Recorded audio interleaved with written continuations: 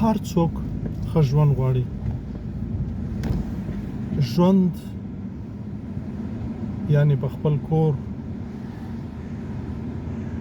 په خپل خاورې، خپل اختیار او د نړۍ د نورو انسانانو په څیر د اسلام په چوکاټ کې دننه ژوند. او دا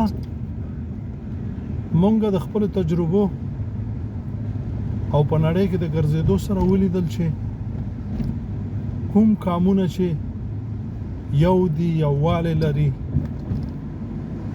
ټول ولس خپل ځان شمیري، د ولس او د ملت ګټې خپلې ګټې او تاوانونه خپل تاوان شمیري، هغوی ډېر ښه ژوند کوي او بلکې د نورو خلکو مرستې کوي او نور خلک هغوی ته محتاج وي.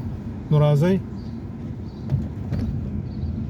که موږ او تاسو لاسونه سره یو کو، یو بل وزغمو، یو بل خپل ځان وشمیرو، ښه ژوند به ولرو.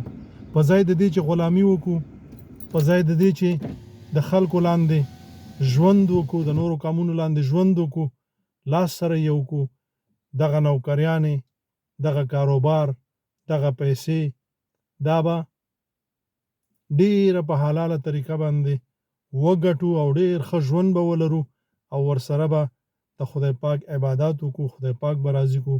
نو دلته به ښه ژوند او د مرګ نه وروسته هغه ژمنې، هغه وعدې چې خدای پاک د موږ او تاسې سره په قرآن کې کړي دي لاسته راوړو. او که نه دلته خیانتونه وکړو، دلته غلامي تېره کړو، نو د غلام ژوند د هغې نه مرګ زر واره ګټور دی. الله مو ښاد و آباد لره. ځوانانو لاسونه سره ورکئ. نن چې په موږ باندې کوم حال دی د دې نه سخت را روان دی که سره یو نه شو.